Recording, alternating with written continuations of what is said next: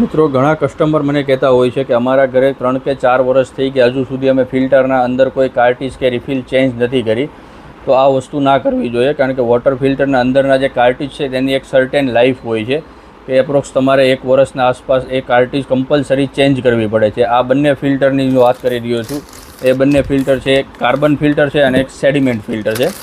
સેડિમેન્ટ ફિલ્ટરનું કામ એ છે કે આ વસ્તુ પાણીના અંદર રહેલી ડસ્ટ, માટી કે સેન્ડ પાર્ટિકલને એ રોકે છે. અને બીજી વસ્તુ છે કાર્બન ફિલ્ટર. કાર્બન ફિલ્ટર પાણીના અંદરની કોઈ કેમિકલ ઇફેક્ટ છે, ક્લોરિન ઇફેક્ટ છે કે કલર ઇમ્પેક્ટ છે તો તેને દૂર કરે છે.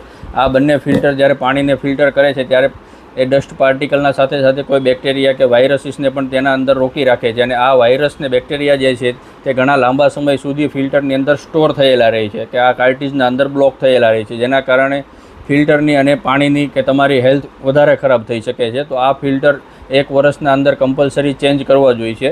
અને આ ફિલ્ટરના ઉપર પણ તેની એક સર્ટેન લાઈફ લખેલી હોય છે. સપોઝ કે તમે જોઈ શકો છો, આ મારા ફિલ્ટરની અંદર લખેલું છે કે 2200 ગેલન આની એપ્રોક્સ લાઈફ છે.